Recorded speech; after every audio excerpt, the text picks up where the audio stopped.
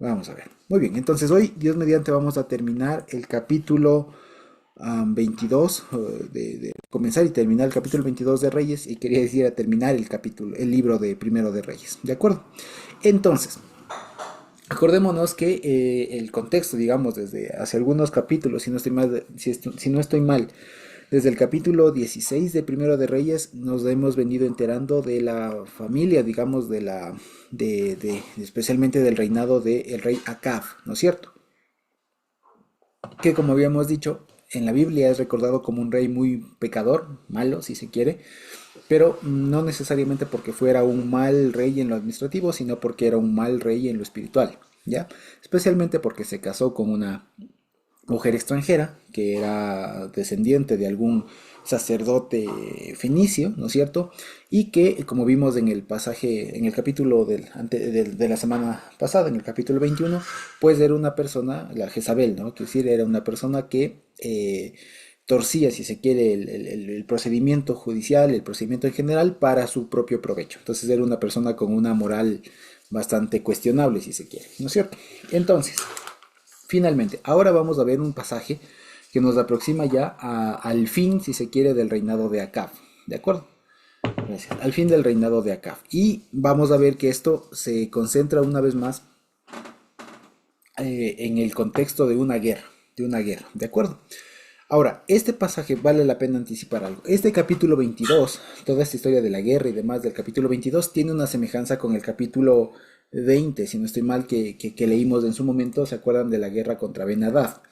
Y la semejanza igual y el debate que hay es que posiblemente, el debate es que tal vez esta historia tampoco se refiera a Acab. ¿Por qué? Porque mayormente se refiere en términos generales el rey de Israel, el rey de Judá. Entonces son como digamos, particularidades ahí que, o sea, no hay una mención directa, digamos, salvo, salvo, salvo una o dos menciones por ahí en algún capítulo, en algún versículo.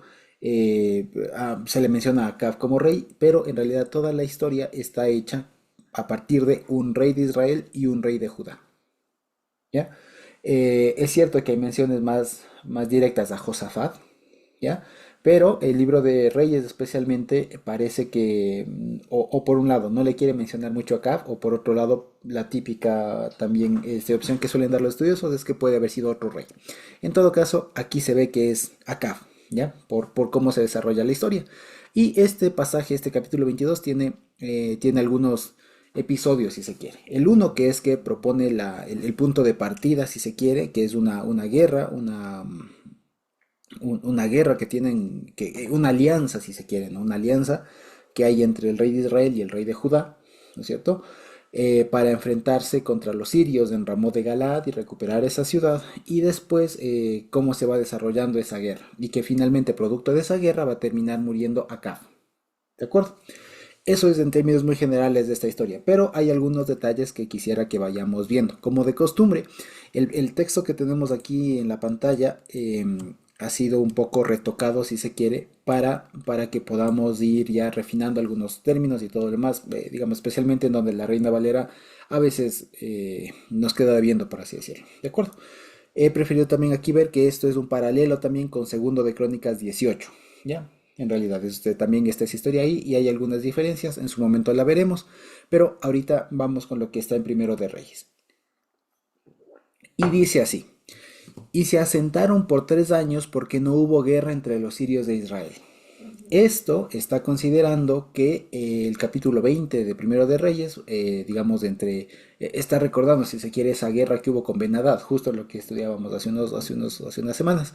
Y lo que dice es, no hubo guerra por 3 años y tal. Pero recordemos que el número 3 en cuanto a tiempo significa no necesariamente 3 años literalmente, sino un corto periodo de tiempo. Es decir, siempre que diga en la Biblia, en el Antiguo Testamento en general, pasaron 3 años, pasaron 3 días, 3 semanas, 3 meses, no necesariamente es 3 días, 3 semanas, 3 meses, 3 años. Es un corto periodo de tiempo.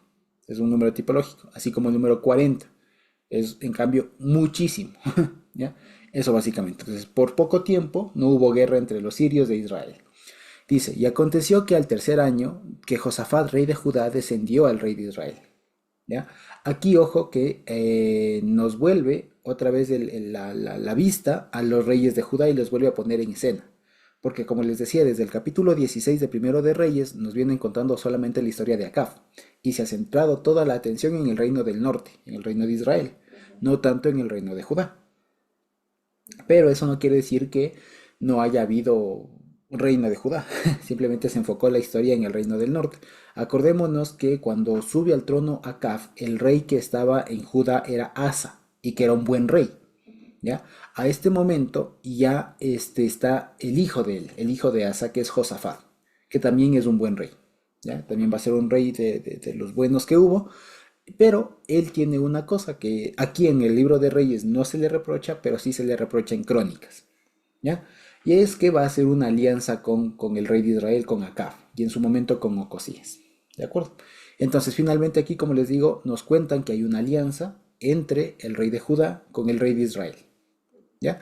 Y dice, y el rey de Israel dijo a sus siervos, fíjense que no le mencionan como Acab, solo como para que vayamos notando eso, ¿no? El rey de Israel dijo a sus siervos, ¿no saben que Ramot de Galaad es nuestra y nosotros no hemos hecho nada para tomarla de mano del rey de Siria? Y dijo a Josafat, ¿vendrás conmigo a pelear a Ramot de Galaad? Y dijo Josafat, y Josafat respondió al rey de Israel, yo soy como tú, mi pueblo es como tu pueblo, y mis caballos son como tus caballos. Dijo luego Josafat al rey de Israel, consulta por favor hoy la palabra del Señor. Entonces el rey de Israel reunió a los profetas como 400 hombres y les dijo, ¿iré a la guerra contra Ramot de Galaad o me contengo? Y ellos dijeron, sube, porque el Señor la entregará en la mano del rey. Y dijo Josafat, ¿no hay aquí otro profeta del Señor por el cual consultemos? El rey de Israel respondió a Josafat, aún hay un varón por el cual consultar al Señor, pero yo le odio, porque nunca me profetiza bien sino mal. Micaías, hijo de Imla. Y Josafat dijo, no diga eso el rey. Entonces el rey de Israel llamó a un eunuco y le dijo, trae pronto a Micaías, hijo de Imla. Y el rey de Israel y Josafat, rey de Judá, estaban sentados cada uno en su trono vestidos de sus túnicas en la era de la entrada de la puerta de Samaria, y todos los profetas profetizaban delante de ellos. Y Sedequías, hijo de Kenaana, se había hecho unos cuernos de hierro y dijo, así ha dicho Hashem, con estos acornearás a los sirios hasta acabarlos. Y a todos los profetas profetizaban de la misma manera, diciendo, sube a Ramot de Galaad y serás prosperado, y Hashem la ha dado en mano del rey. Dice finalmente, el mensajero que había ido a llamar a Micaías le habló diciendo, he aquí que las palabras de los profetas anuncian unánimes al rey cosas buenas. Sea ahora tu palabra como una palabra de ellos y habla cosas buenas. Y Micaías respondió, vive el Señor, que lo que el Señor me hablare, eso diré.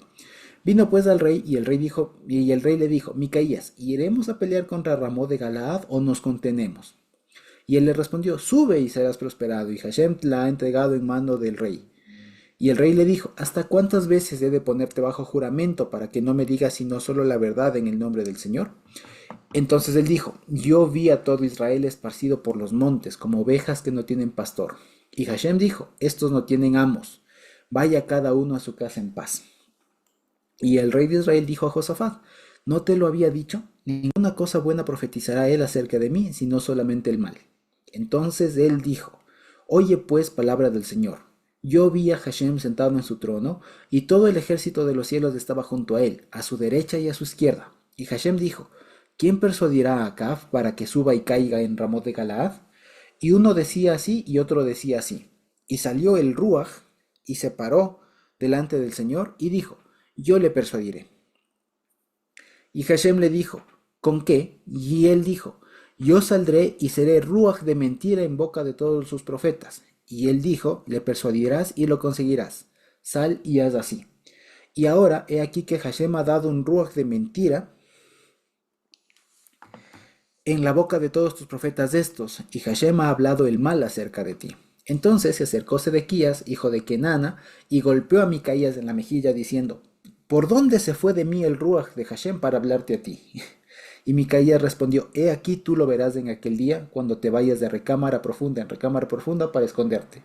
Entonces el rey de Israel dijo, toma a Micaías y llévalo a Amón, gobernador de la ciudad, y a Joás, hijo del rey. Y dirás, así ha dicho el rey, echen a éste en la cárcel y aliméntenle con pan y agua de aflicción, hasta que yo vuelva en paz. Y dijo Micaías, si ciertamente vuelves en paz, Hashem no ha hablado por mí. Y dijo, escuchen todos los pueblos. Hasta ahí. Esta es la primera parte. Luego ya va el relato de la guerra, de la batalla. Ahora, primeras cosas. Fíjense ustedes que es un relato un poco largo. Un poco largo y que nos plantea toda la situación. Lo que hay es una puesta, una puesta de guerra, si se quiere. Eh, hay una guerra, posiblemente, hay una alianza entre Israel y Judá, ¿no es cierto? Y lo que ahora toca fíjense ustedes cómo se plantea. Lo que normalmente harían, digamos, aquí hay algunas cosas, primero, ¿ya? Hay unas cosas. Lo primero es que, como vemos, todo este episodio gira en torno a augurar o presagiar la muerte, o anunciar, si se quiere, la muerte de Acab. Porque en el capítulo anterior ya Elías lo había decretado por disposición del Señor, ¿no es cierto? O sea, a partir de lo de la viña de Nabot, Acab cavó su propia tumba, figurativamente, ¿no es cierto? Y ahora lo que viene a contar la Biblia es cómo eso se va a llevar a cabo, ¿ya? Y aquí pasa algunas cosas. Dice, primero, hacen una alianza del rey de Judá con el rey de Israel, ¿ya? Y esto es una cosa muy interesante también. ¿Por qué? Porque al parecer esta forma de juntarse no se lo dice a quién rey es, pero se sabe o se entiende que uno de los objetivos de Acab, y que casi lo logra, uno de los objetivos de Acab era de nuevo reunificar el reino. Ahora, cómo lo hizo y de alguna manera lo logró, ya lo vamos a ver. eh, cómo lo logra aquí es extendiendo un poco de sus relaciones, digamos, políticas, si se quiere, con el reino de Judá y les invita a participar de una guerra. Y van dos reyes, se alían y básicamente lo que le dice aquí es, ¿vienes a pelear conmigo acá? O sea, te unas a la pelea. Y él dice, yo soy como tú, mi gente es como mi gente, mis caballos son tus caballos. Es decir, somos dos iguales, somos lo mismo, hay un sentido de identidad, vamos a la guerra. Pero ahí viene, fíjense ustedes, Josafat, que ya vamos a ver más adelante, es recordado como un rey recto, justo si ustedes quieren, delante del Señor. Él dice, oye, pero para salir a la guerra no debemos consultar algo, no debemos consultar antes si debemos salir a la guerra. Y ahí se desarrolla todo el capítulo. Aquí hay una primera cosa que ya llama la atención de esto de aquí, y es lo siguiente, y les pregunto, ¿a quién se debía preguntar si saliera a la guerra o no, según la Biblia? A Dios sí, pero ¿a través de quién? Los profetas. ¿A través de quién?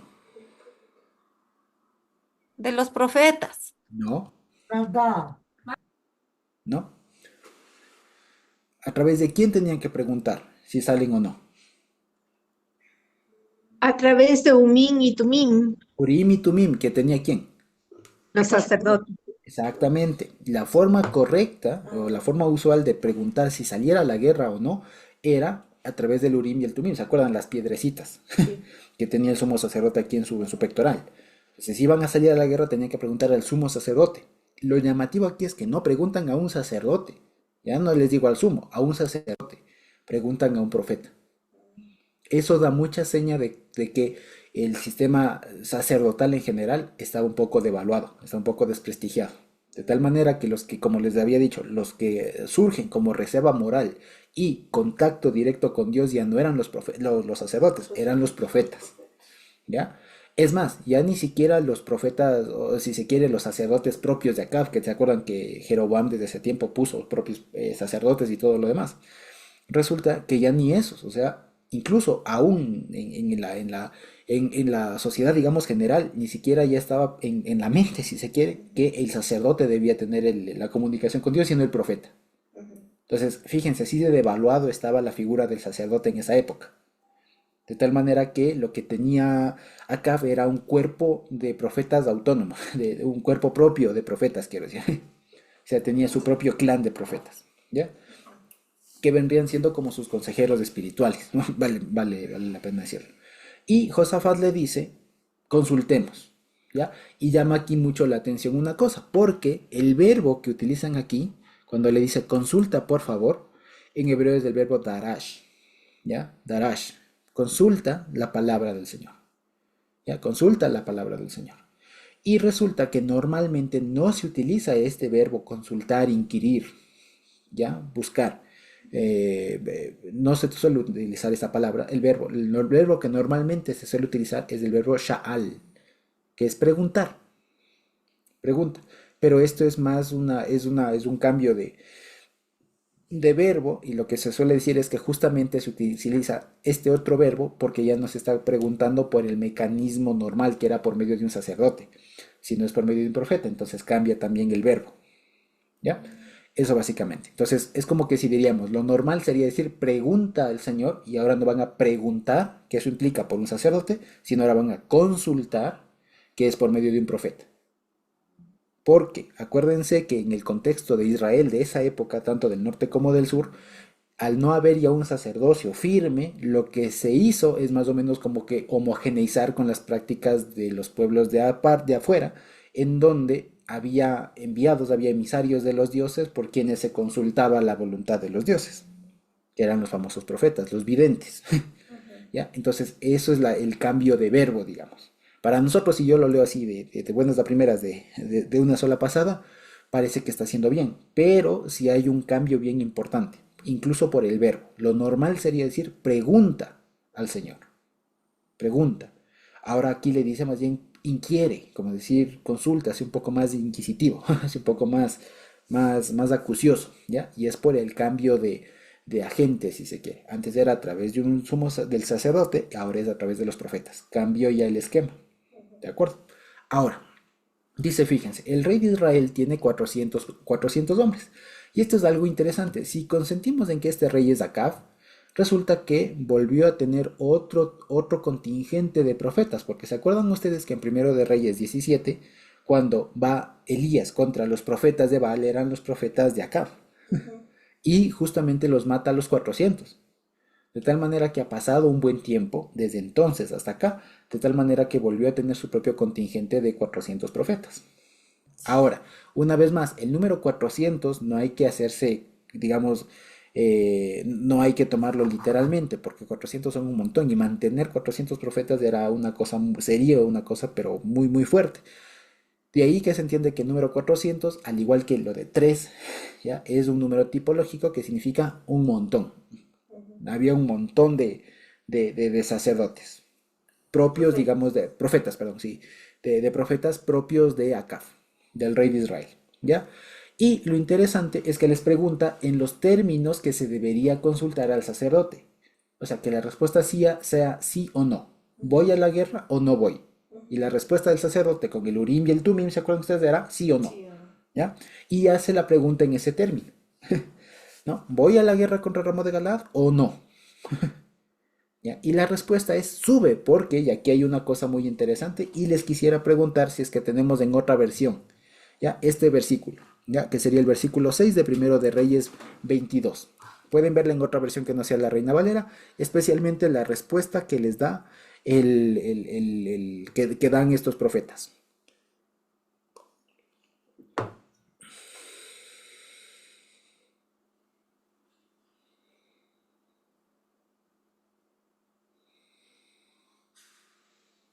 ¿Qué cita era, Josuecita? Lo que está subrayado ahí, Primero de Reyes 22:6, la segunda parte, la Ay, respuesta que dice ellos, que dicen los profetas.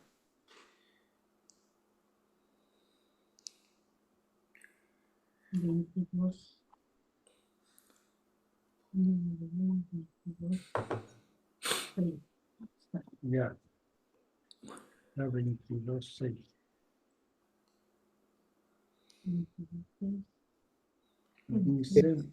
Dice, juntó pues el rey de Israel a sus profetas del número de ser hijos debo la guerra contra la madre esclava, pero Que dice, y estaré. ellos dijeron, Aquí tengo dos, Josuecito, ¿cómo tengo dice? dos. Pero solo la segunda parte. Y ellos dijeron, Dice, les preguntó, ¿debo atacar a Ramón de Galado o no? Y ellos respondieron, atácala, ajá, porque el Señor te va a entregar. En esa es una versión, pero en espérate, otra lo que quiero decir versión, es, ¿quién? Ellos dijeron, sube porque ¿quién? el Señor te va a entregar. El Señor, ponen así, el Señor. Muy bien, ¿en cómo dicen otra versión? En otra versión dice así. Dice, ¿debo emprender la guerra contra Ramón de Galad o estarme quieto? Ujú. Y le dicen, empréndela, respondieron ellos, que el Señor entregará la plaza en poder del rey. El Señor, ¿ya? Muy bien, tal vez, muchas gracias. Tal vez tenemos otra versión, Porque Dios te la entregó. porque Dice, Dios, No se dará Jehová te porque Jehová te la entregó. Ahora, fíjense ustedes, esto es algo muy interesante, por lo siguiente, porque hay un fenómeno ahí, hay un fenómeno muy interesante aquí, ¿ya? En la Reina Valera ponen, y ellos dijeron, sube, porque Jehová te la entregará, ¿sí o no? Ujú. ¿Sí o no? Sí. En la Reina Valera dice Jehová, o sea, Hashem, ¿no es cierto?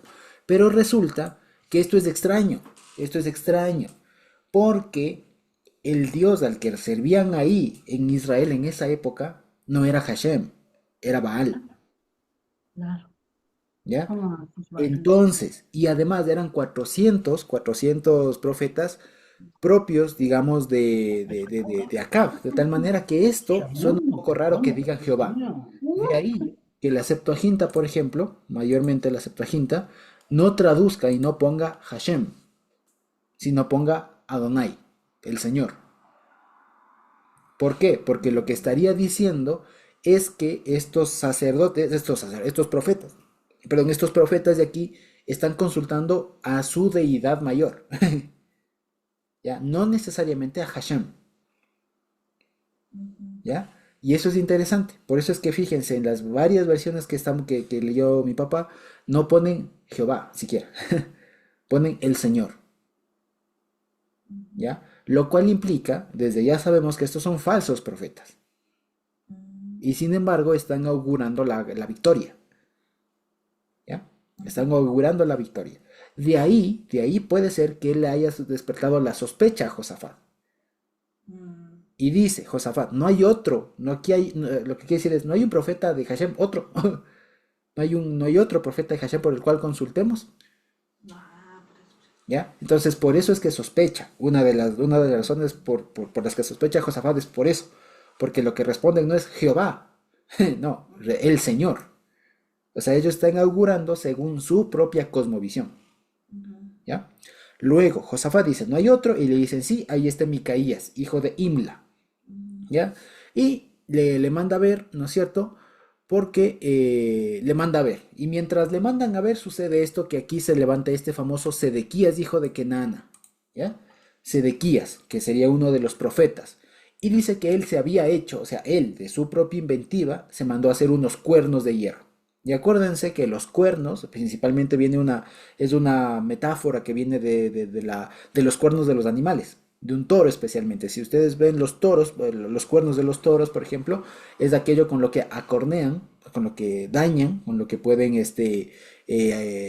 lastimar a alguien que se le ponga al frente, ¿no es cierto? Pero además son la muestra de poder y además son aquello con lo que empujan y hacen retroceder al enemigo.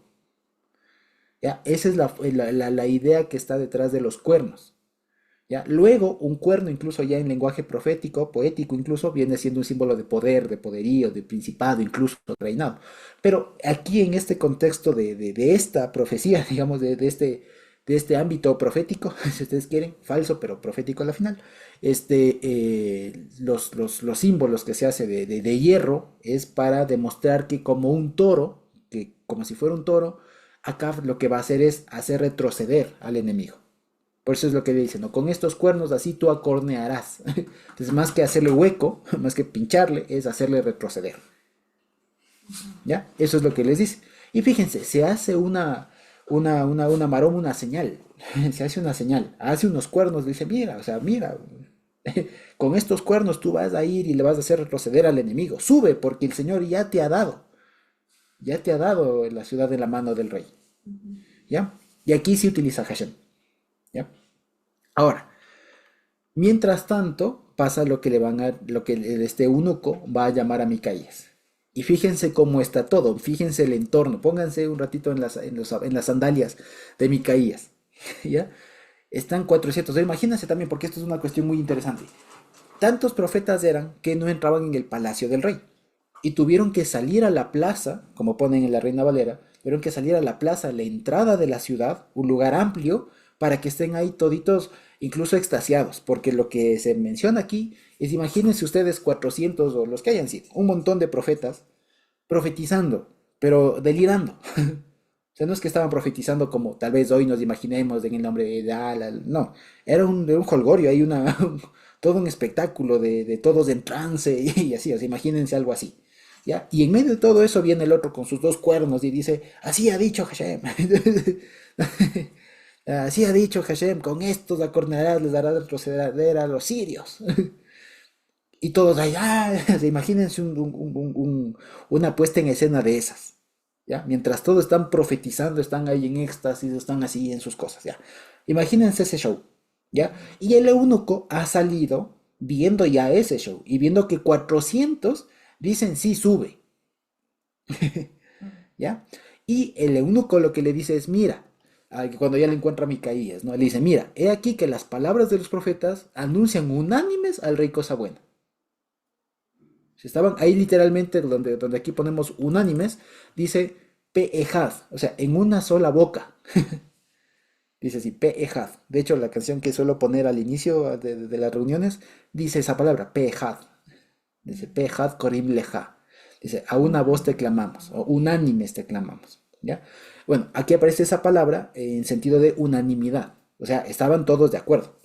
Ya nadie disentía, nadie decía algo contrario, nadie decía otra cosa. Todos decían exactamente lo mismo. Y la sugerencia que le hace este eunuco es, di tú lo mismo. Ve y tú ve, 400 están diciendo esto, sería lo más coherente que tú digas exactamente lo mismo. Y Micaías le pone una condición y le dice, vive el Señor. O sea, tanto como que vive el Señor, te aseguro que no voy a decir otra cosa sino lo que me diga Dios. Y va, finalmente. Y fíjense ustedes cómo se da este pasaje de aquí. Y dice, este evento de aquí es bien interesante. Dice, le pregunta el rey a Micaías, ¿no? ¿Subiremos o no?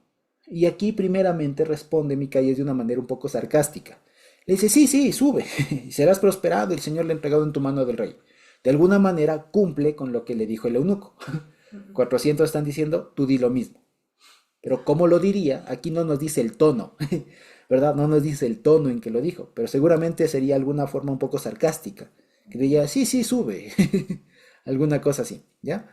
Y de ahí que este rey se enoja y le dice, ¿ves? Le dice le dice, ¿no? ¿Cuántas veces te tendré que poner bajo juramento para que no me digas sino solo la verdad en el nombre del Señor? Se dio cuenta que le estaba mintiendo, ¿ya? Y dice, entonces él le dijo, yo vi a todo Israel esparcido por los montes como ovejas que no tienen pastor.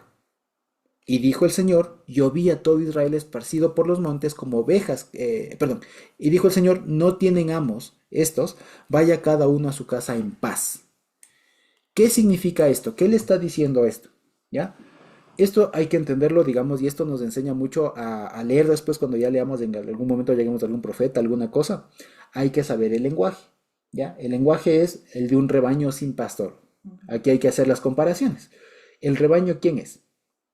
Aquí mismo dice, vi a todo Israel esparcido por los montes como ovejas que no tienen pastor. Pero en este caso Israel no es el pueblo, no es la gente, son los soldados. Porque lo que están preguntándole es si sube o no una guerra. Entonces, en el contexto de toda la pregunta es, yo vi que tus soldados están sueltos, sin pastor. Es decir, tú vas a morir. ¿Qué quiere decir? El ejército va a quedarse sin cabeza, sin pastor. ¿Me explico? Fíjense cómo se va entendiendo la profecía, ¿ya? Entonces aquí no es que le está hablando de ovejitas, no, lo que le está diciendo es, tú me estás preguntando si vas a la guerra, resulta que si vas a la guerra, yo vi, ya Dios me anunció, que eso va a terminar en tú muriendo y el pueblo va a ser esparcido. Y al final lo que va a terminar pasando es que se esparza todo el pueblo y la voz va a ser, cada uno vuelve hacia su casa. En pocas palabras, vas a morir y el pueblo se va a dispersar. O sea, no dispersar de que se van a ir así, sino que simplemente van a volver a sus casas. O sea, se va a desensamblar todo el ejército. Va a quedarse sin cabeza, ¿ya? Y eso es lo que le está diciendo, pero fíjense cómo se entiende, ¿ya? Como les digo, para entender, por eso es que a veces de entender las profecías, quiero decir, los libros de los profetas, de Isaías, Jeremías, Ezequiel y todo lo demás, a veces la gente se hace lío por no, por este tipo de cosas. ¿Ya? Aquí lo que está diciendo en pocas palabras es tú vas a morir y el pueblo se va a volver a su casa. Pero como es una forma profética, si se quiere, es una forma un poco poética, no es prosa, o sea, no es del lenguaje común que estamos hablando, él está, lo maquilla, si se quiere, un poco, en el sentido de que lo adorna el lenguaje para que no sea tan tosco, si se quiere, y se pueda, pero al final se comprende el mensaje, ¿ya? ¿Ya? Eso básicamente. Entonces dice, y el rey de Israel dijo a Josafat, ¿no te lo había dicho? Ninguna cosa buena profetizará él acerca de mí, sino solamente el mal. ¿Ya? Entonces fíjense, para él, para el rey este de Israel, que sabemos que es Acab, él se sintió aludido y dice, ¿ves? No te dije, este siempre me profetiza cosas malas, mi perjuicio. Porque malas, fíjense ustedes, y aquí como para que veamos el tema del bien y el mal, ¿ya? Para el rey de Israel esto era malo, obvio, le iba a causar un perjuicio, ¿no? Le iba a causar un daño, ¿de acuerdo? Como para que veamos, entonces fíjense, lo que por un lado, según el relato ya todo su contexto, esto era justicia, porque era cómo Dios iba a finalmente llevar a cabo la muerte, ¿no es cierto? Lo cual era un juicio, un juicio divino, resulta que para él era algo malo. ¿Me explico? Entonces, como para que, no, para que veamos cómo puede entenderse de diferente manera, incluso un juicio divino, que nosotros diríamos es justo, es bueno, etcétera. Bueno, para él no era bueno. Y es evidente, le causa un daño. Pues, ¿cómo va a decir él que es bueno? ¿Ya? Salvo algunas otras excepciones, pero el asunto en general es ese. ¿Ya? Ahora, una vez que le dice, ves, te dije, este man, este siempre se pone, este man siempre se me opone, hablando en términos muy ecuatorianos, ¿no? Este siempre se me opone. Este siempre le digo alguna cosa y se me opone. Esto aquí, por ejemplo, este Micaías no va a volver a aparecer en el relato de Reyes. Pero, ¿qué se entiende de aquí? ¿Qué se deduce de aquí? Que este Micaías, entre otros, como Elías, era de los de la oposición de Acab. ¿Ya? Era de aquellos que, como en todo gobierno, se levanta siempre alguien que está inconforme, si se quiere, o que ve las cosas incorrectas y las denuncia. Y se paraba y era el que le decía no, porque del relato se entiende que esta no fue la primera vez que conversaron, que hubo algunas y que este Micaías finalmente siempre le decía que no, o sea, se interponía a la voluntad de Acab. O sea, No era ese. claro, era finalmente enviado por Dios, pero era la piedra en el zapato. Era la oposición de Acab. Una de las oposiciones, otro era Elías, perdón. ¿Ya? Entonces era la oposición. ¿Ya? Era el de oposición. Dice, entonces él dijo, se entiende el profeta. Y fíjense ustedes, aquí viene el asunto. Y esto quiero preguntarles, todo este pasaje que está ahorita resaltado en la pantalla, todo este pasaje que está resaltado en la pantalla, quisiera que le analicemos y veamos qué se puede entender de aquí. Ojo, que ha sido ya, esto va a ser la segunda profecía que le dice Micaías. La primera ha sido esto de vi a todo Israel esparcido. Esta va a ser la segunda, ¿ya? Y veamos qué le quiere decir y después vemos qué pasa. Les voy a leer de nuevo. Dice, oye pues palabra del Señor. Yo vi al Señor sentado en su trono y todo el ejército de los cielos estaba junto a él, a su derecha y a su izquierda. Y dijo Hashem, ¿quién persuadirá a Acab para que suba y caiga en Ramot de Galaad? Creído. ¿No es cierto? Y dice, y uno decía así y otro decía así, ¿no es cierto? Y salió el Ruach y se paró delante de Hashem y dijo, yo le persuadiré. Y Hashem le dijo, ¿con qué? Y él le dijo, yo saldré y seré Ruach de mentira en boca de todos sus profetas. Y él dijo, le persuadirás y lo conseguirás. Sal y haz así. Y ahora, he aquí que Hashem ha dado un ruach de mentira en la boca de todos tus profetas de estos, y Hashem ha hablado el mal acerca de ti. Muy bien, aquí les quisiera preguntar una cosa, y que reflexionemos, que pensemos. Esto, ¿cómo se puede entender? ¿Qué entienden a partir de esto? El mensaje está claro, pero lo que quiero decir es, ¿qué más se puede entender de aquí? Y les pregunto, ¿esto qué significa? ¿Esto acaso quiere decir que esto pasó así? Que esto literalmente es que Micaías vio al Señor sentado y todo el más y salió un espíritu y tal, o quiere decir algo más. O sea, dicho de otra manera, ¿qué opinan ustedes? ¿Esto pasó así literal o es otra cosa? ¿Qué opinan ustedes?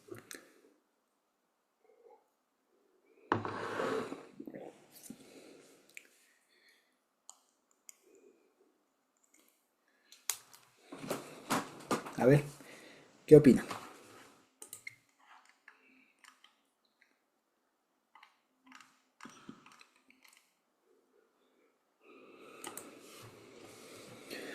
¿Qué opinan ustedes? A ver.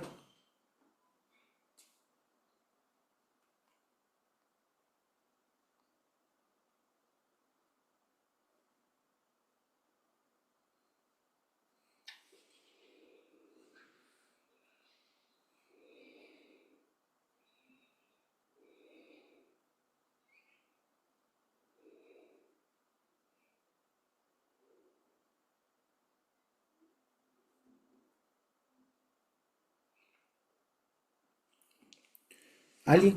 A ver. ¿Qué les parece? ¿Se puede entender esto literal o no?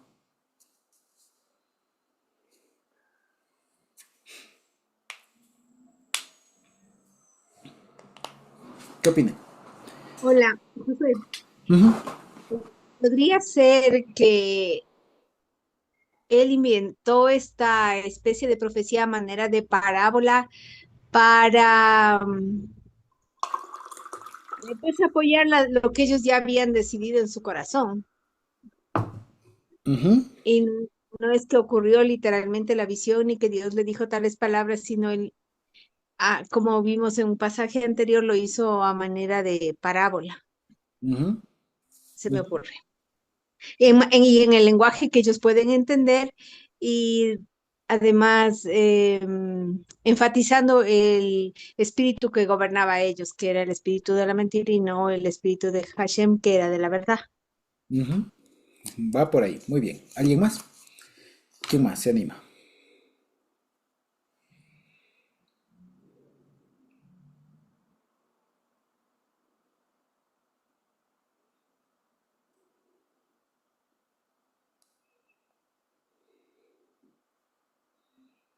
¿Quién más? ¿Qué opinan?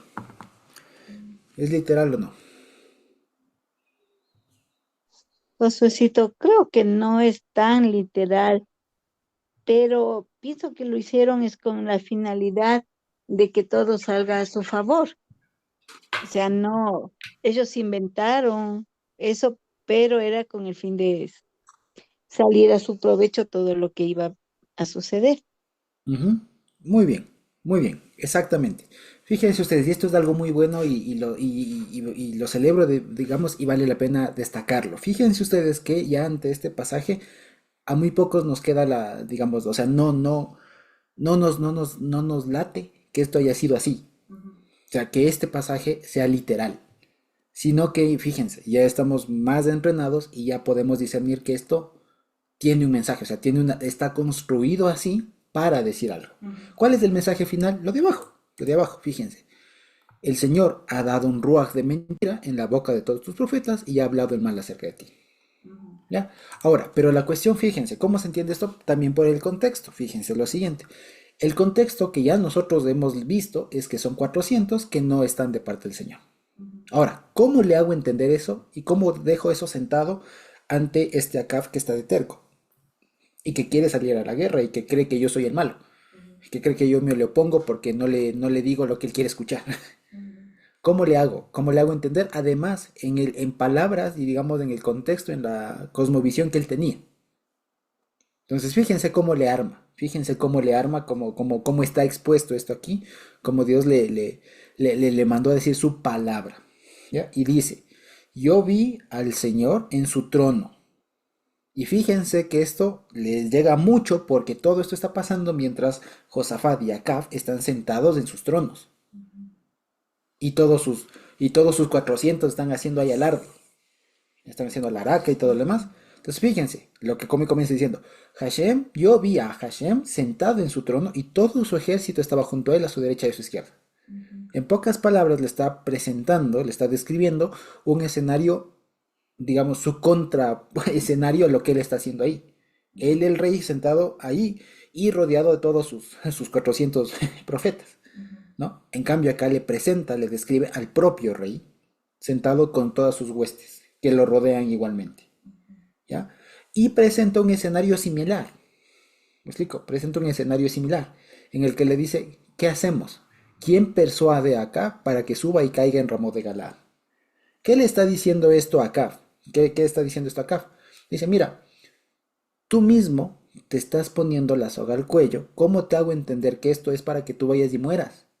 O sea, lo que le está diciendo en pocas palabras es, mira, toda esta, como se dice, no, esta parafernalia que has armado aquí, ¿no? Toda esta puesta en escena, todo este show que has hecho aquí, este espectáculo que has hecho aquí, está hecho y está armado y se dirige y no tiene otro fin sino tu propia muerte. Ese es el objetivo de todo. ¿Y cómo le dice? Fíjense, cómo le dice en pocas palabras, porque aquí, fíjense ustedes, nos enfrentamos a un gran problema. A un gran problema, un problema bien fuerte que ha despertado la duda de todos. De cómo diferencio a un profeta verdadero de uno malo, de uno falso. ¿Cómo lo hago? Ya la Torá nos lo anticipa, ¿no? En Deuteronomio nos dice, si es que algún soñador de sueños, ¿cierto? Hay un profeta o se levanta algún soñador de sueños, ¿cuál es la prueba para saber si es verdadero o no? ¿Se acuerdan? Está en Deuteronomio eso, ¿no? Que dice, si hay un soñador de sueños, un profeta que te anuncia no sé qué cosas, ¿cómo se sabe que es auténtico?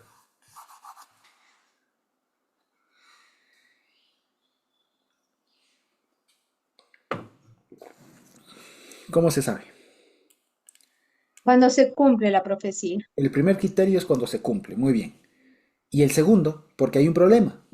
El Cuando asunto... no les cuando no les enseñan a adorar a otros dioses. Exactamente. Entonces, fíjense, ahí está el asunto. Y fíjense que justamente a partir de estos pasajes es que se refinó justamente ese mandamiento de los profetas falsos. ¿Ya? Porque ese mandamiento de los profetas falsos tiene mucho que ver con estos escenarios. ¿De acuerdo? Entonces, ¿qué dice? Básicamente. Aquí fíjense que los dos, tanto los 400 como uno, en Micaías en este caso, hablan de parte de Dios, ¿o no? Hablan uno de parte de Hashem. Los dos comienzan diciendo, así ha dicho Hashem. Arriba dijo Adonai, el Señor, lo que sea, pero finalmente termina hablando de Hashem. Entonces los dos están comenzando con la fórmula de, así ha dicho Hashem. Fíjense, por lo tanto, ya para nosotros, incluso hoy en nuestros días, no es suficiente con que alguien diga, venga y me diga, tengo palabra, porque así dice Dios, así dice el Señor. No es suficiente, eso no convence a nadie, en realidad. ¿Ya? Luego, el segundo criterio es si es que se cumple. El asunto y el problema con eso es que puede pasar mucho tiempo hasta que se cumple, o no, según lo que se esté profetizando. ¿Me explico? E incluso se dio casos en donde el profeta ya murió y después de eso pasó lo que tenía que pasar, pasó lo que anunció, quiere decir, y ya muerto el profeta decían sí es verdadero. Entonces, por eso se incluye el segundo criterio, que es cuando te lleve a adorar a otros dioses. Ese es falso. Y ahí ese es un criterio que no importa, ¿ya? Por el cual no importa si es que se cumple o no la cosa. ¿Me explico? Entonces, por ese criterio es en realidad por el que nos regimos, más allá del que se cumpla o no se cumpla, porque no siempre se puede cumplir, o es un tema de tiempo un poco indeterminado, ¿ya? Y que todavía deja un poco en intriga, digamos, de si se cumple o no se cumple, o hasta que se cumpla, veremos, me explico, queden en predicho, si es que el profeta es real o no, hasta que se cumpla. Y resulta que a veces se cumplía, y era falso. Entonces, el criterio en realidad rector de todo eso, el criterio que rige para determinar si un profeta, un soñador, lo que sea, es del Señor, es si es que su objetivo último es adorar al Señor o no. Y eso sirve para todo, hasta ahora. Que yo tuve un sueño que no sé qué, que no sé cuánto. Bueno, en últimas, eso persigue, ¿servir al Señor o no? Si eso lo que uno haya tenido un presentimiento, llámele presentimiento, sueño, revelación, lo que haya sido, visión, lo que haya sido, en el fondo lleva a servir más al Señor o no. Si no lleva a servir al Señor, vea, eso no es. ¿Ya? Si lleva a servir al Señor, a consagrarse más, a comprometerse, qué sé yo, eso sí es. ¿Ya? Y no hace falta que se cumpla. ¿De acuerdo? ¿Ya? Porque en este relato ya vamos a ver que finalmente sí se cumple. ¿Ya? Y ese es otro criterio para saber si es que era verdadero o no. Pero es un criterio un poco endeble, si se quiere. ¿Ya? No, o sea, no es un criterio tan firme como el otro que es si es que te lleva a adorar a otros dioses. ¿Me explico? Y eso sirve hasta ahora. Ya, no nos olvidemos. Ahora, el asunto, como les decía, y esto aquí estaba entredicho. O sea, fíjense que aquí quedó la duda. O sea, aquí a ellos les quedó la duda de quién era real, quién era verdadero y quién no. Es más, para ellos el profeta falso era Micaías, por eso le mandan a meter preso. Y por eso es que este Sedequías se levanta y le pega. Le pega y le dice, ¿y de cuándo acá, en qué momento el Espíritu de Dios pasó de mí a ti? O sea, ¿en qué momento Dios habla a través de ti y no a través de mí? O sea, se sintió desautorizado. Se sintió retado, desafiado. ¿Ya? Se sintió así, reconvenido. Entonces, imagínense toda esa puesta en escena y el resultado de eso es que Micaías es puesto en cana, hablando bien cotidianamente. Fue a la cárcel con una comida, un sustento, una alimentación precaria, pan y agua, y además de angustia, es decir, de mala calidad, y que se pudre en la cárcel, hasta que regrese el rey de la guerra. ¿Ya? Sabemos que no regresó, pero hasta ese momento, fíjense, él era el profeta falso. Sí. Micaías, según la perspectiva de todos ellos, era el profeta falso. Nosotros sabemos que no era falso. Pero en ese momento, fíjense, por eso les digo, el criterio de cuando se cumpla es un poco, digamos, poco cuestionador, digamos, es un poco, no es tan firme, ¿ya? Porque toca esperar que se cumpla. Y a veces hasta que se cumpla, podemos quedar con un profeta bueno encerrado. O con 400 profetas malos libres.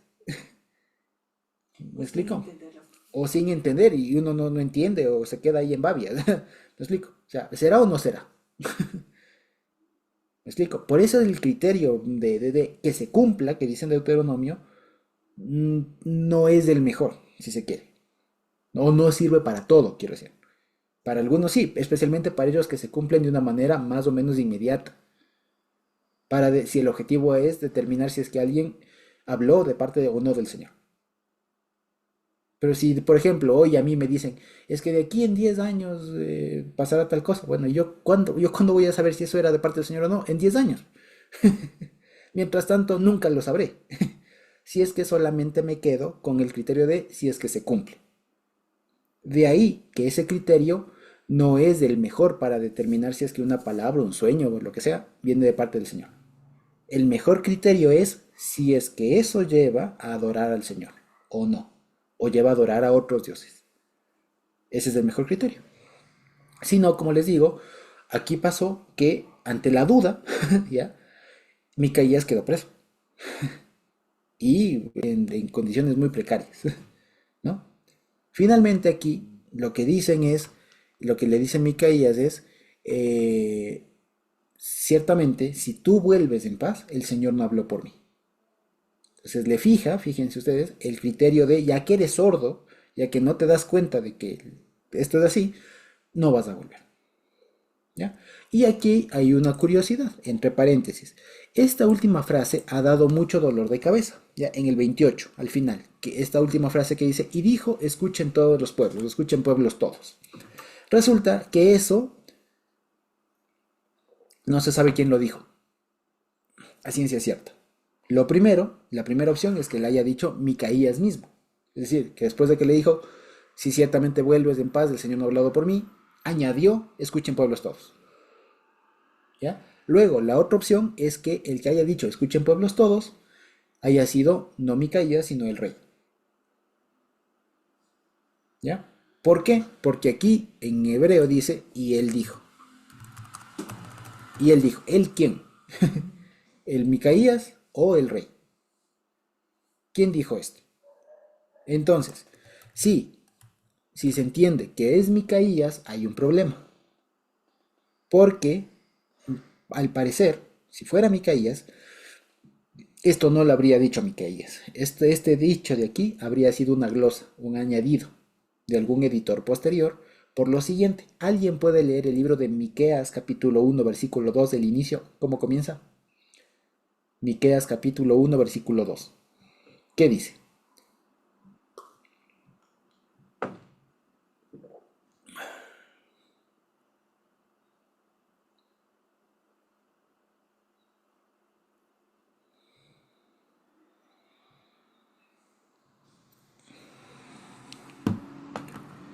¿Qué dice? ¿Quién lo tiene? Miqueas 1, 2.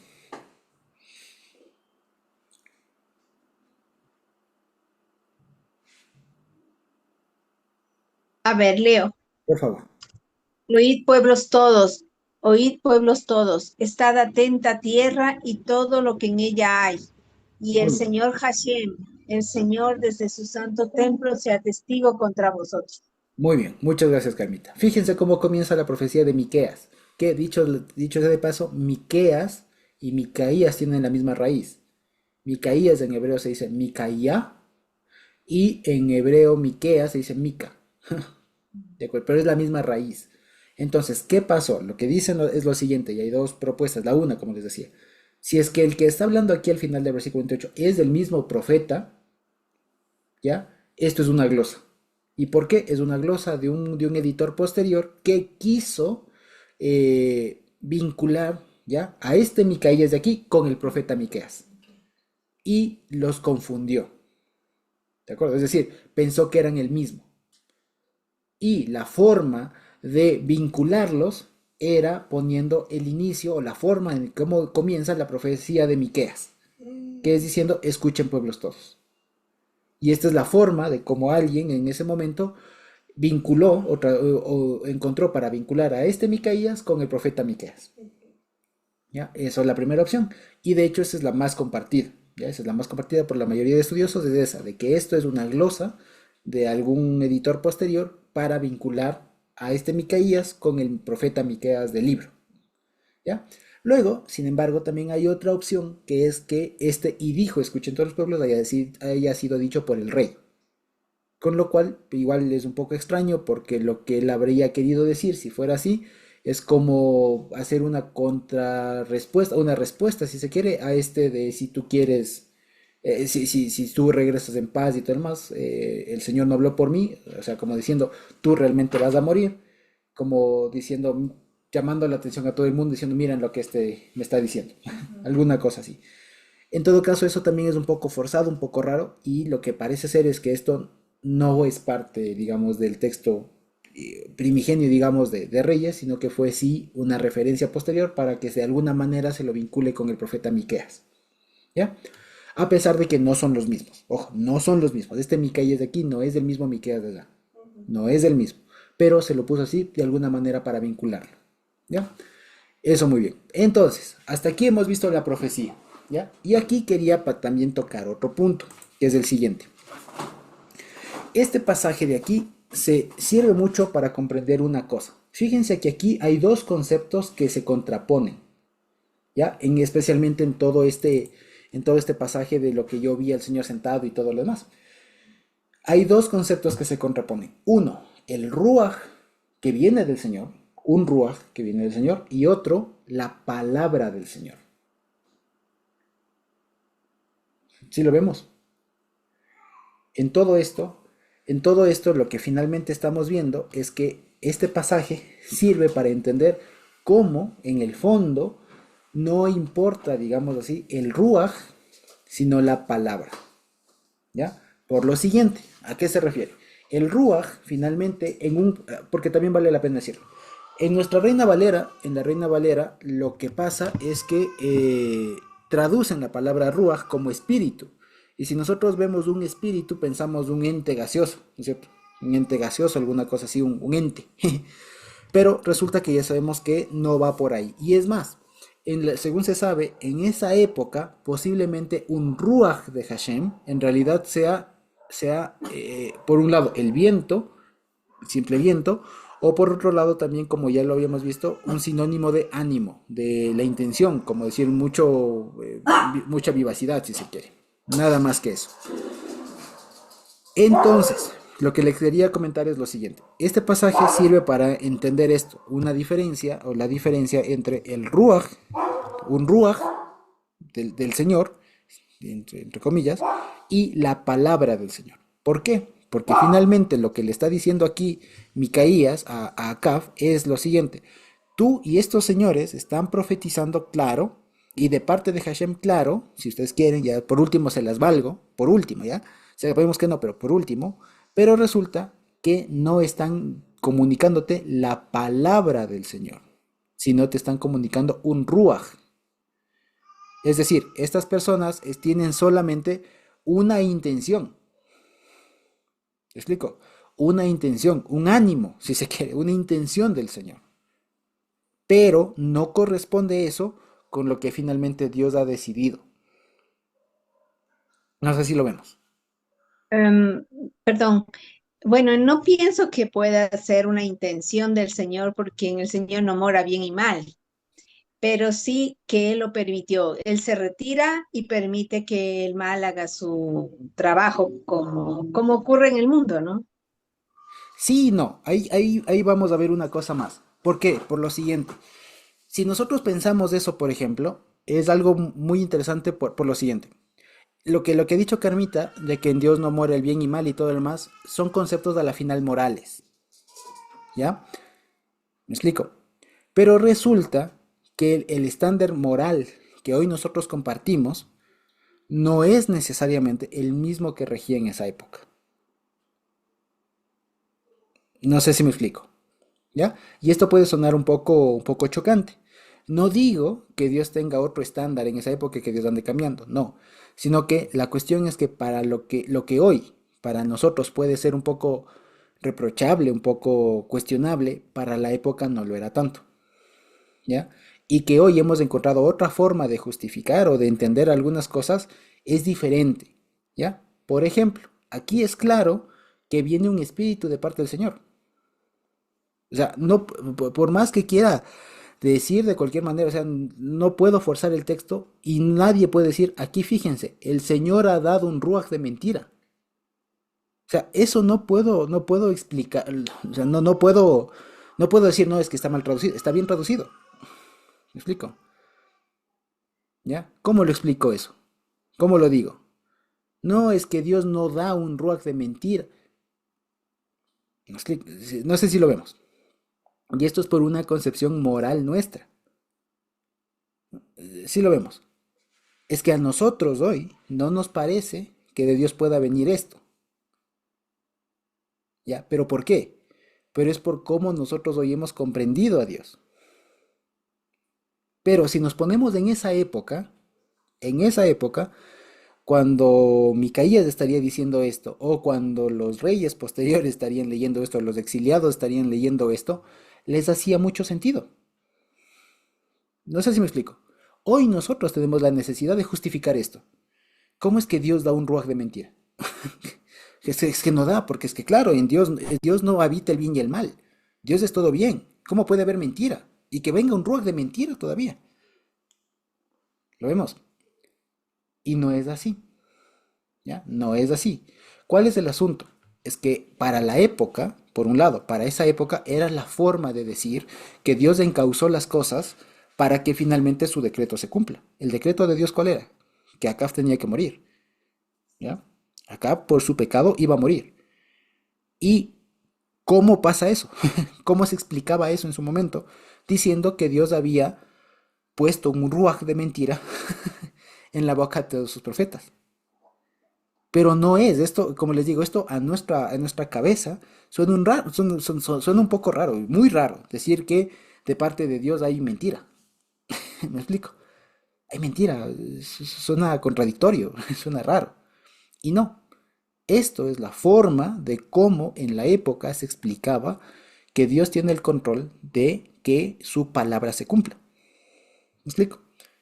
Y no hay problema en ese sentido decir que, por ejemplo, sí, el corazón que Hashem, por ejemplo, endureció el corazón del faraón, porque así dice. Esto de que hizo fuerza con que no sé qué, en realidad no se sostiene tanto. En realidad es que el Señor endureció el corazón del faraón, ¿ya?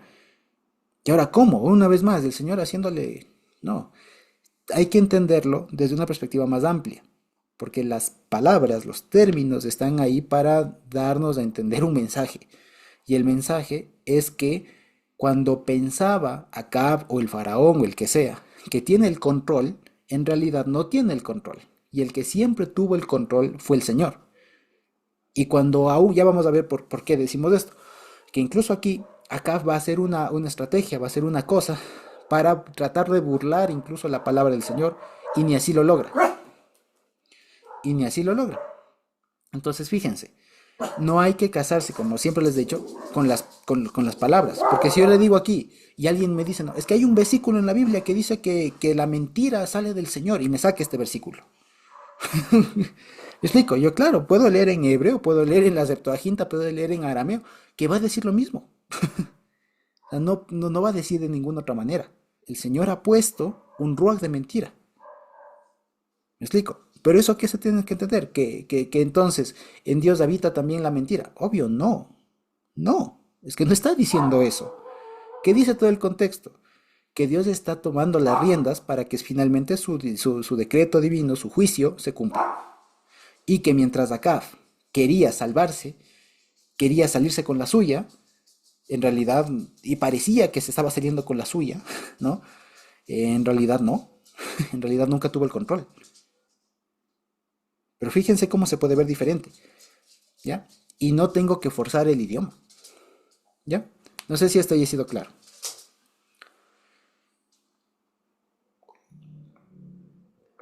¿Sí?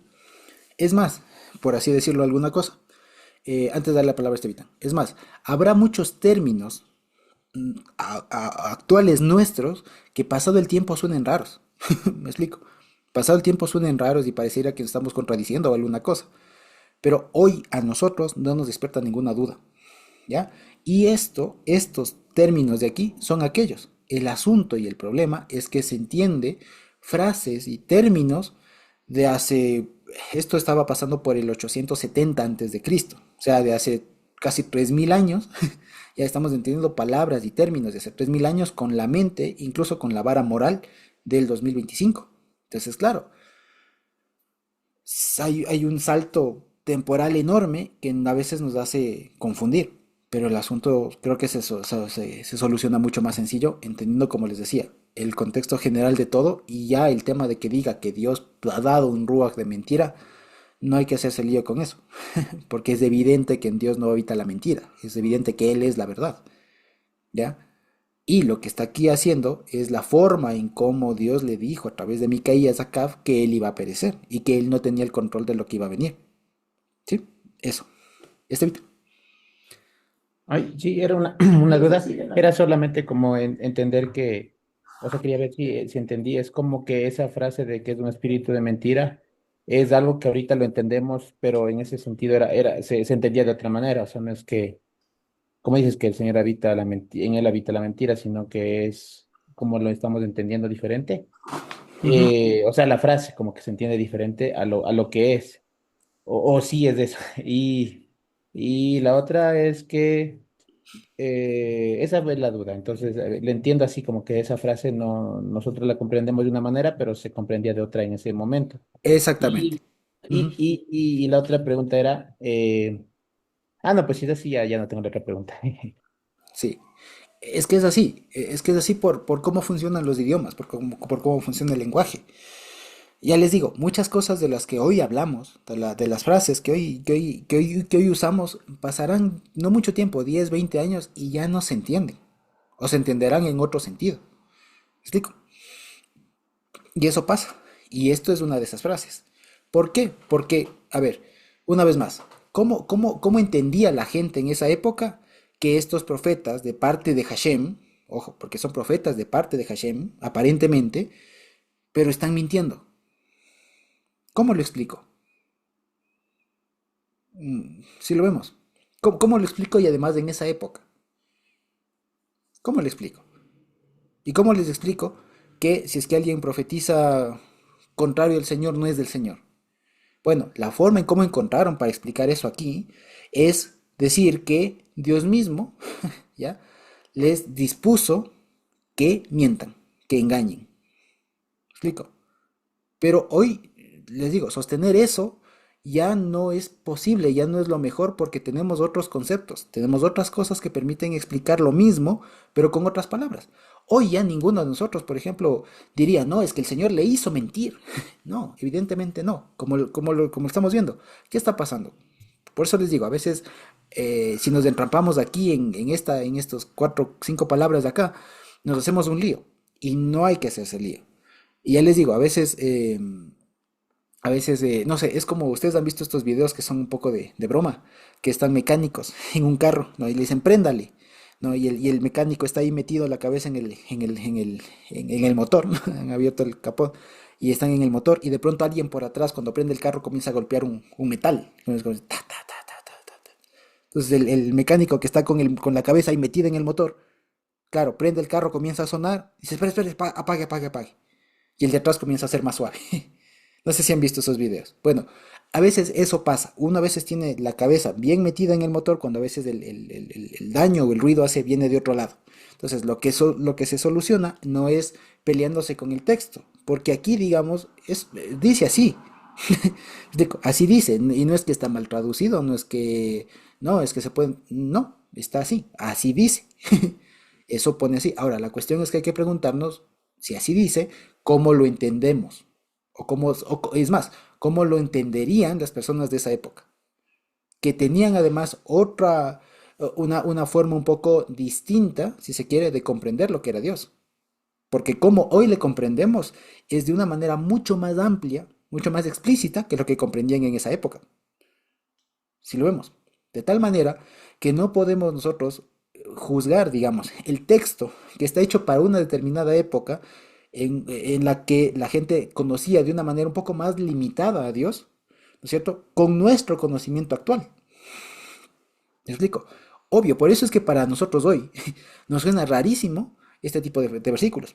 ¿Cómo es que Dios puso un ruaj de mentira? ¿Cómo?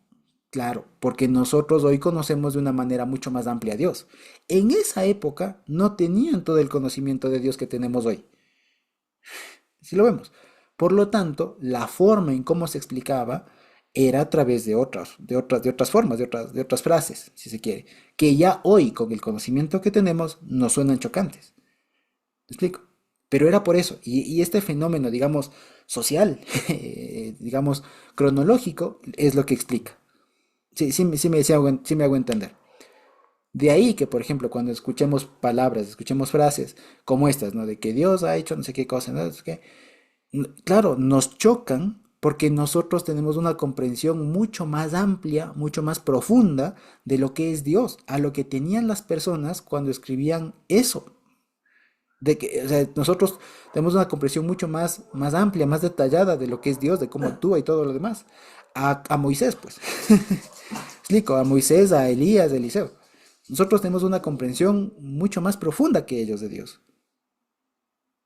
Y todas las cosas que nosotros hoy podemos entender, claro, ellos no lo comprendían. Y además nosotros tenemos mucho más léxico, muchas más palabras, tenemos sinónimos, un montón de cosas para podernos explicar mejor las cosas. En esa época incluso hasta el idioma era un poco limitado. ¿Me explico? Entonces, todos No, esos fenómenos son los que explican esto. Anita. no encuentro la manita.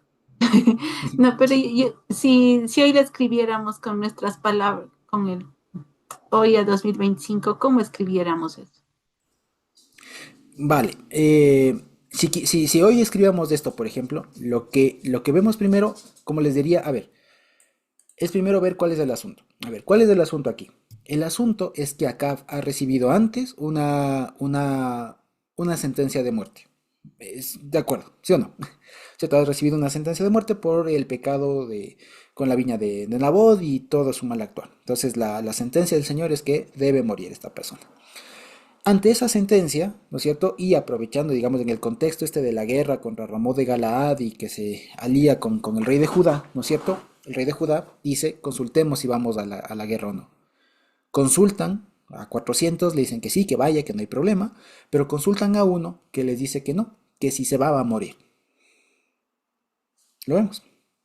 Pero el contexto también nos indica que Acab era un rey muy poderoso, era un rey muy eficiente, si se quiere, ¿ya? De tal manera que cuando él le dicen que si él va a la guerra va a morir, ¿no es cierto? Lo que él siente es impotencia, ¿ya? Él siente impotencia y lo que él quiere es no morir y demostrar que esa profecía de que le ha dicho que va a morir es falsa. ¿De acuerdo? Eso es. Entonces, ¿cuál es el problema? ¿Qué es lo que quiere? ¿Qué es lo que quiere enseñarnos esto a la larga? Es eso, es demostrarle a Kaf que él no tiene el control. Que él no tiene el control y que todos aquellos que le están diciendo lo que él quiere escuchar, le están mintiendo. ¿Ya? Eso es lo que hay que decirle. Ahora, ya si me dicen qué palabras de pronto, tal vez no sé si armaría todo algo así. A mí al menos se me complica un poco. Pero lo que quisiera más que nada es que tengamos claro todo eso. Sí lo vemos. Entonces, él es un rey que ha logrado una alianza, es un rey fuerte y todo lo demás, quiere irse a la guerra, pero le dicen que si es que va a la guerra, va a morir. Y que cuando vaya a la guerra, va a morir. Él dice, ¿cómo puede ser esto posible? Y no entiende, y él diría, no, claro, pero es que aquí 400 me dicen que sí y uno me dice que no. Bueno, resulta que para que entienda que esos 400 le están mintiendo, arma Micaías, digamos, por inspiración del Señor, claro, toda esta cosa. Pero el mensaje profundo es, te están mintiendo y te estás engañando a ti mismo. No te engañes. Tú sabes en tu interior que no es así, que si vas a la guerra no vas a vivir. No te engañes. ¿Ya? Hoy diríamos de una manera más directa, algo así tal vez lo diría yo. No te engañes. Mira, el Señor ha dicho lo que te he dicho y estos te están engañando. Por eso, porque te están engañando, es que tú crees que el Señor está en contra tuya, o que yo estoy en contra tuya, pero no lo estoy. ¿Ya? Lo que te estoy diciendo es lo que se te viene, por tu terquedad. ¿Ya? Más o menos eso. Pero fíjense, lo que quería al final decir es eso, ¿ya? Es eso, y que ya les digo, a veces no es un tema de ver si está bien traducido, ¿no? A veces sí, a veces no. En términos como este es un versículo difícil justamente por eso, porque está bien traducido, dice así y nos choca, ¿no? Y nos causa dudas y se resuelve de esta manera. ¿Y es por qué? Porque en esa época no tenían el conocimiento tan prolijo, más detallado que tenemos hoy de Dios. Que hoy a ninguno de nosotros se nos ocurría decir algo así. Pero en esa época lo decían porque era la manera en cómo ellos explicaban el fenómeno. ¿Ya? ¿Cómo les digo que estos le están engañando? Bueno, dile, hazle entender que el Señor les mandó a estos que te engañen. ¿Ya? Si así no entiendes que te están mintiendo, ¿cómo más te digo? ¿Explico? Por eso no tiene que ver con que de parte de Dios haya mentira, porque sabemos que no. Pero era la forma en cómo se le podía hacer llegar el mensaje a este rey terco, este rey que creía que tenía el control. ¿Sí? Eso. No sé si he sido claro.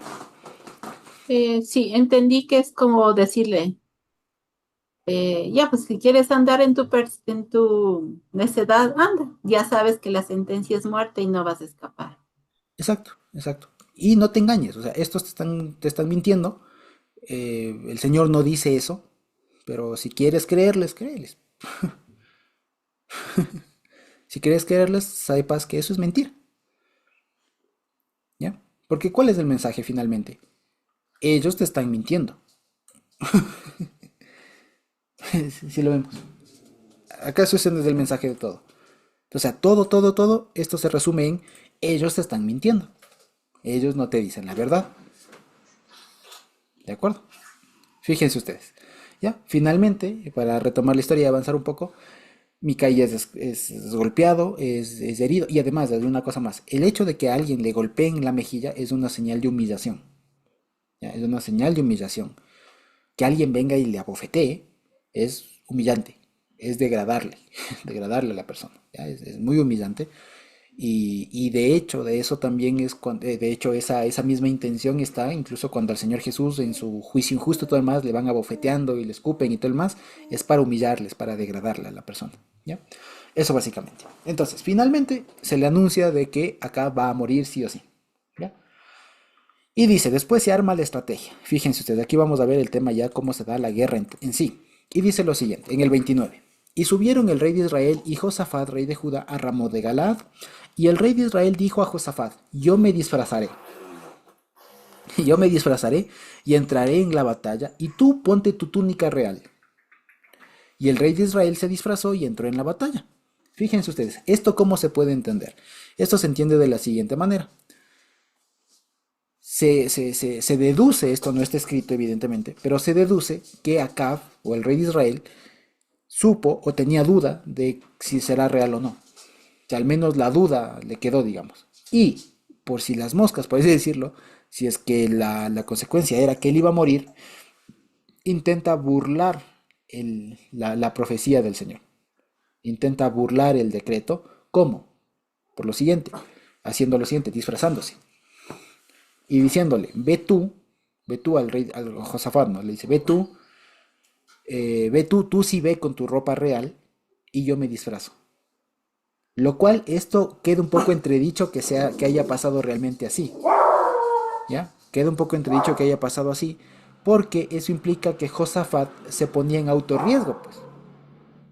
Sí, lo vemos. Esto implica que Josafat solito se ponga la soga al cuello.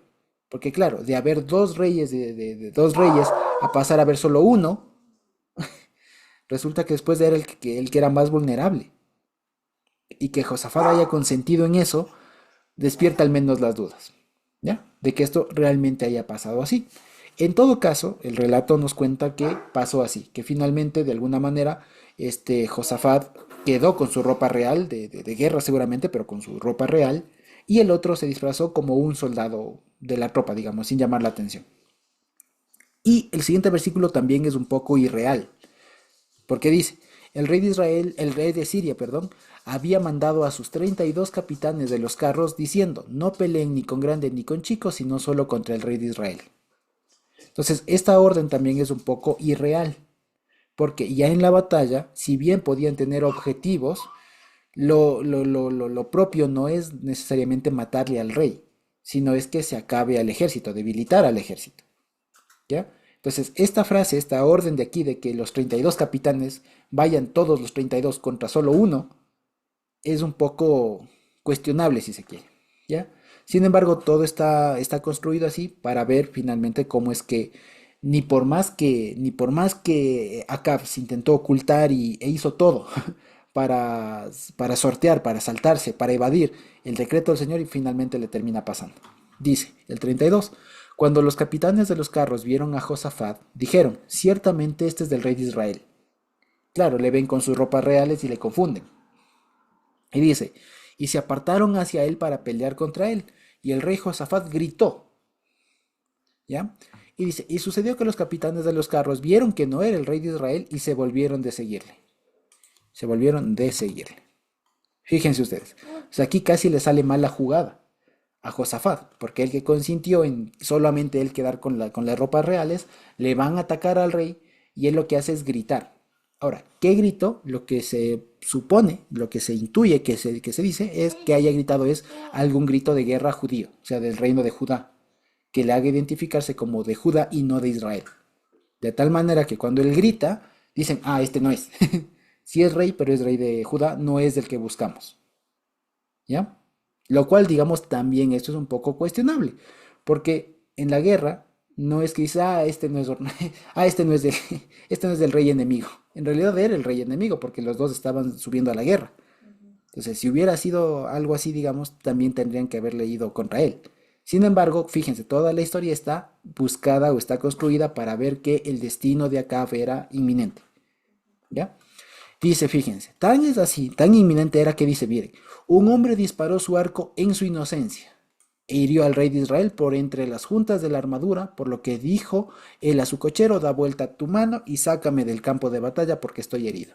Entonces, fíjense ustedes, tan así era que tan dispuesto estaba, o sea, tan inevitable era que Acab muera en esa batalla, que aún escondido, aún camuflado, o sea, disfrazado de otro soldado, que aún con el otro llamando la atención, fue a uno que disparó, apuntó su arco, ¿ya? Pero cuando dice aquí que apuntó en su inocencia, quiere decir sin saber que era el rey al que le iba a dar. Él apuntó a alguien, pero no sabía que era al que estaba apuntando era el rey de Israel. Por eso dice aquí en su inocencia. En hebreo dice ahí literal, dice betamim, dice betamó, en su integridad diría, ¿no? En su integridad.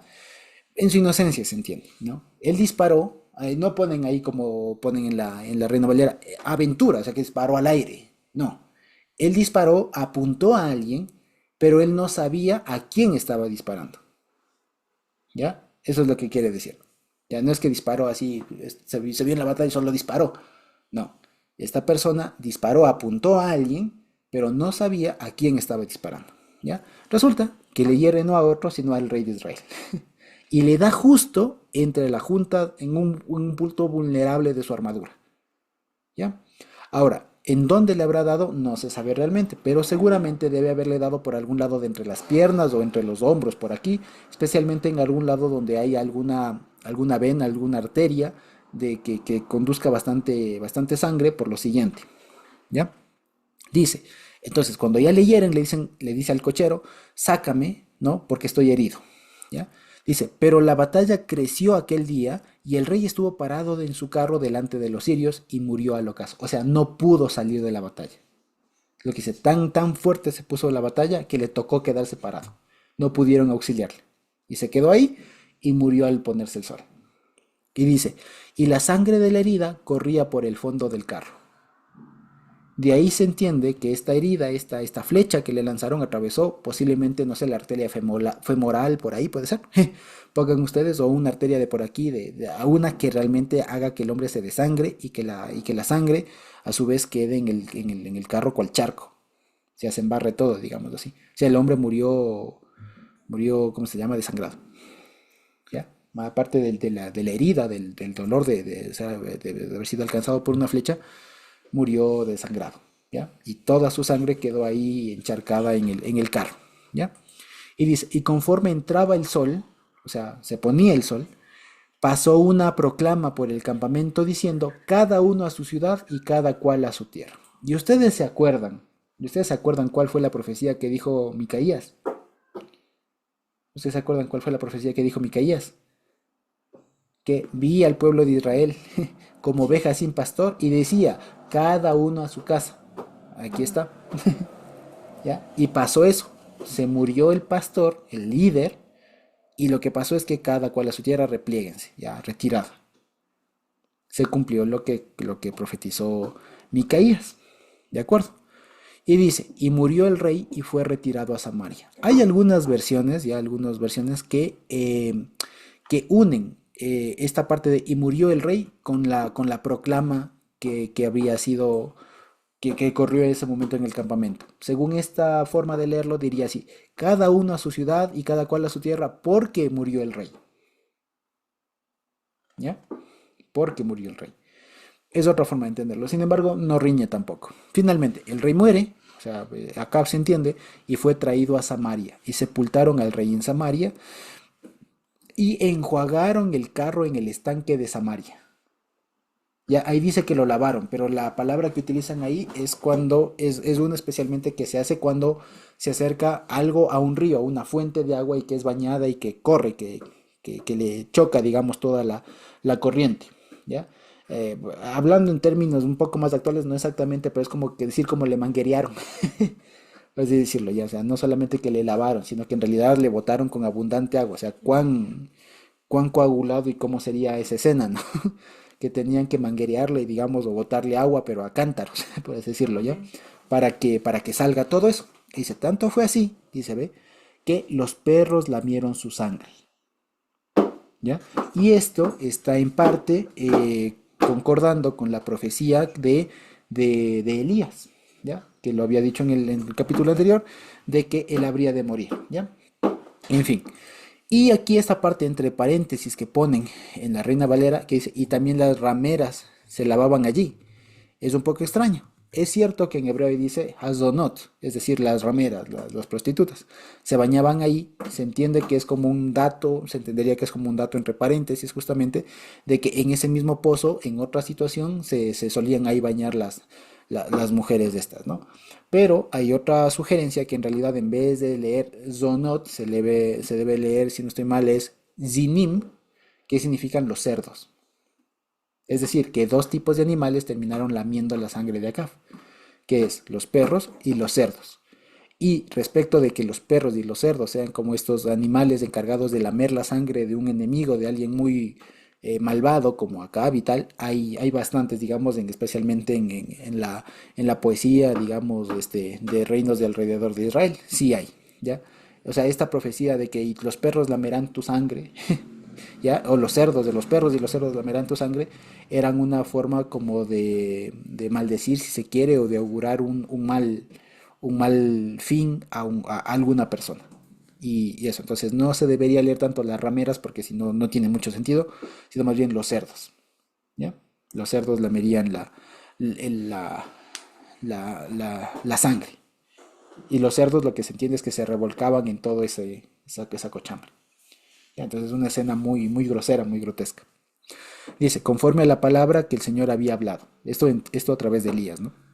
Dice, finalmente, el resto de los asuntos de Acab y todo lo que hizo y la casa de marfil que construyó, y esto se encuentra ahí, si ustedes pueden ver, y esto les dejo como tarea, como para curiosidad, si ustedes pueden ver en el internet y buscan justamente el palacio de marfil de Acab, van a ver que hay una excavación arqueológica que se hizo en Samaria y se encontraron los fundamentos de esa ciudad, ¿ya? Y se encontraron incluso en sus alrededores varias piezas justamente de marfil, ya que serían como adornos que estarían como enchapados en las paredes y así, ya de marfil. Entonces esto sí pasó así. Dice, y todas las ciudades que edificó, no está escrito, y también esto, sobre todas las ciudades que edificó, hay varias excavaciones que han descubierto justamente algunas ciudades que se corresponden a la época de Acab, que fueron construidas en esa época. Dice, no está escrito en el rollo de los asuntos de los reyes de Israel, y durmió Acab con sus padres y reinó en su lugar Ocosías su hijo. ¿Ya? Ahora, esto es algo muy llamativo, que hayan dicho que Acab durmió con sus padres, porque esa es la forma genérica de decir que un rey murió en paz. Y esto normalmente se suele poner cuando muere un rey bueno, como David, por ejemplo. Cuando David muere, dice que David durmió con sus padres. Pero aquí se habla de Acab, un rey malo, pero que dice que durmió con sus padres. Entonces es algo que siempre llama la atención de por qué se puso esto así. Y la solución más frecuente que se le suele dar a esto es que posiblemente todo este relato vino así ya construido, de tal manera que cuando al final el deuteronomista lo revisó, ya no lo pudo quitar, porque ya estaba puesto así. ¿Ya? Eso básicamente. Entonces hasta ahí, digamos, la historia de este famoso Acab. Fíjense ustedes, un rey en lo administrativo muy prolijo, muy bueno, pero que ya en lo religioso, si se quiere, o en lo espiritual, por demás malo, ¿no es cierto? Y finalmente terminó muriendo así. Ahora, finalmente, unos datos últimos sobre Acab. Y les decía, ustedes ya lo vamos a ver, esto pasa en Segundo de Reyes 8. Esto pasa en Segundo de Reyes 8, en 8 semanas lo estaremos leyendo, Dios mediante. Pero ahí nos cuentan que justamente el rey Jehú de Judá se termina casando con Atalía, que es una hija de Acab. De tal manera que si ese matrimonio sucedió así, fue en los días de Acab. De tal manera que esta alianza que tienen, ¿cómo se llama este rey de aquí? Josafat. Esta alianza que hubo entre Acab y Josafat, ¿ya? No fue el único intento de Acab para reunificar el reino. El otro intento que tuvo es haciéndole casar a un descendiente suyo con el rey de Israel, con el rey de Judá. Y lo logró, y eso lo vamos a ver, ya les digo, en Segundo de Reyes 8. Si lo encuentro ahorita en un ratito, les cuento y les corroboro. Esto está en Segundo de Reyes 8, si no me equivoco. Con Joram, ya aquí está. En el 8:16 dice, ¿no? Fíjense, en el 5.º año de Joram, hijo de Acab, ¿ya? rey de Israel, y siendo Josafat, rey de Judá, comenzó a reinar Joram, hijo de Josafat. ¿Ya? Rey de Judá. De 32 años era cuando comenzó a reinar, y 8 años reinó en Jerusalén, y anduvo en el camino de los reyes de Israel, como hizo la casa de Acab, porque la hija de Acab fue su mujer, e hizo lo malo ante los ojos del Señor. Entonces, finalmente, el hijo de Josafat se termina casando con una descendiente de Acab. Y eso se entiende, se sabe que es una forma de tratar de reunificar el reino. Y eso fue algo que buscó también Acab. Y casi lo logra. Ya les digo, lo primero, con estas alianzas que tuvo con Josafat, y la segunda, con el matrimonio que tuvo entre sus hijos, digamos. Entre la hija de Acab y el hijo de Josafat. Fíjense ustedes. Entonces era un personaje muy, muy inteligente por un lado, pero por otro lado también muy peligroso. ¿Ya? Eso. Y ya finalmente nos presenta el libro de Reyes a dos reyes. Que el uno es bueno, es este famoso Josafat. Dice, Josafat, hijo de Asa, comenzó a reinar sobre Judá en el 4.º año de Acab, rey de Israel. Era Josafat de 35 años cuando comenzó a reinar, y reinó 25 años en Jerusalén. El nombre de su madre fue Azuba, hija de Shilhi, y anduvo en todo el camino de Asa su padre, sin desviarse de él, haciendo lo recto ante los ojos del Señor. Con todo, los Bamot, los lugares elevados, no fueron apartados. El pueblo todavía sacrificaba e incensaba en los Bamot. Acuérdense, los lugares altos de estos santuarios religiosos rurales. Y Josafat hizo paz con el rey de Israel. ¿Ya? Los demás hechos de Josafat, su poderío que demostró y las guerras que hizo, no están escritos en el rollo de los asuntos de los días de los reyes de Judá. Consumió también de la tierra el resto de los Kadesh, de los sacerdotes masculinos prostitutos. ¿Se acuerdan ustedes? Ahí ponen los sodomitas, y no, son los sacerdotes, son estos sacerdotes hombres que dentro de su culto hacían todo tipo de cuestiones, orgías y todo lo demás en torno a rituales de fertilidad, ¿no? Eso era básicamente estos Kadesh, o lo que dicen ahí sodomitas. No son homosexuales ni nada, no, como normalmente se suele decir, no. Estos Kadesh son los sacerdotes, son sacerdotes varones que especialmente dentro de sus rituales de fertilidad pues tenían intimidad con un montón de mujeres para que así abunde, para que así se fertilicen un montón de personas y así se incremente el número de personas, ¿ya? Eso es lo que se hacía ahí, por eso se les llama Kadesh, ¿ya? Entonces no eran simples prostitutos, digamos así, sino eran más bien de alguna manera consagrados, si se quiere, a esos cultos mundanos, en fin.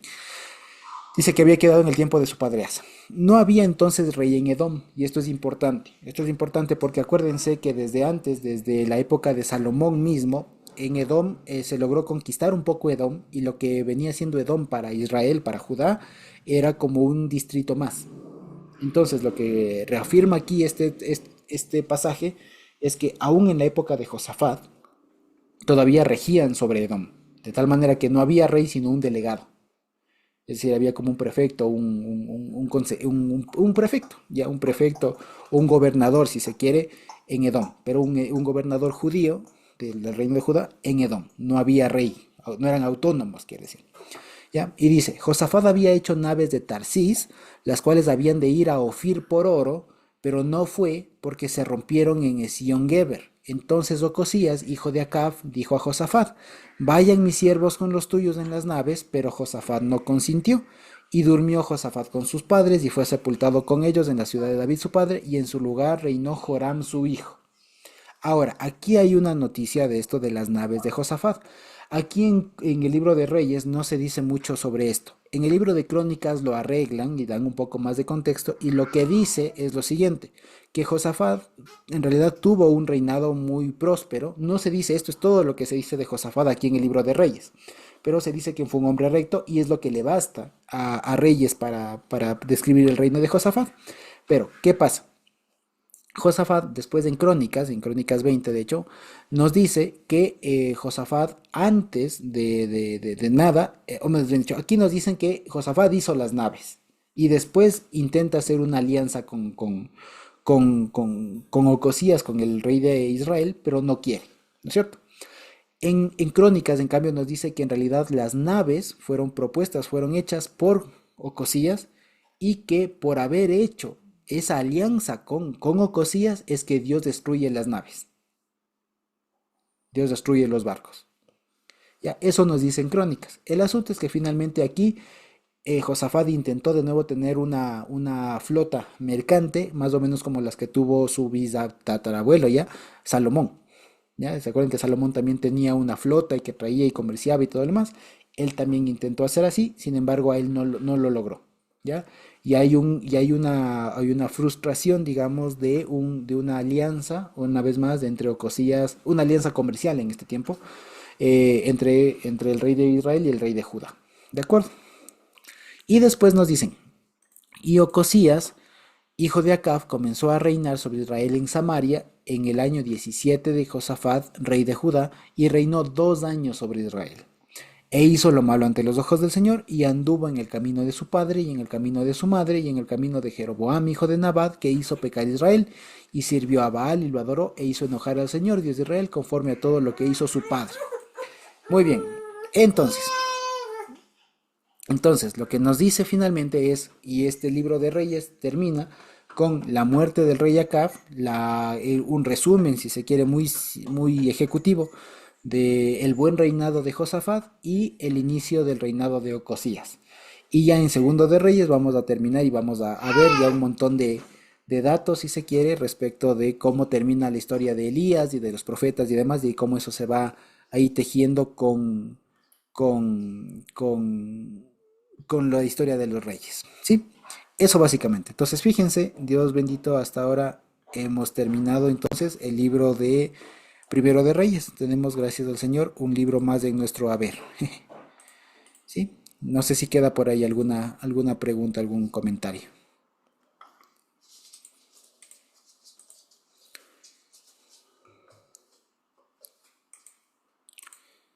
¿Sí? ¿No? Y si no, como les decía, ya hemos de seguir viendo la siguiente semana o la próxima vez. Veremos ya el inicio del primer capítulo de Segundo de Reyes. Fíjense ustedes, ya hemos recorrido, solo como para hacer un recorderis, hemos recorrido ya Génesis, Éxodo, Levítico, Números, Deuteronomio, Josué, Jueces, Ruth, Samuel 1, Samuel 2 y ahora Primero de Reyes. Ya vamos, fíjense ustedes, creo que 11 libros. ¿No? 11 libros de la Biblia ya leídos de lo que es del Antiguo Testamento, y fíjense cuánto, nada más quisiera como que reflexionemos sobre cuánto hemos caminado, digamos, y cuánto hemos aprendido repasando toda la historia, las cosas que hemos podido ir aprendiendo o refrescando de pronto de a veces de cosas que muchas veces no se topan, ¿no es cierto? Entonces eso, y Dios permita que lo sigamos haciendo así hasta que Él venga, ¿sí? Si no hay otra pregunta, entonces creo que podemos terminar por hoy.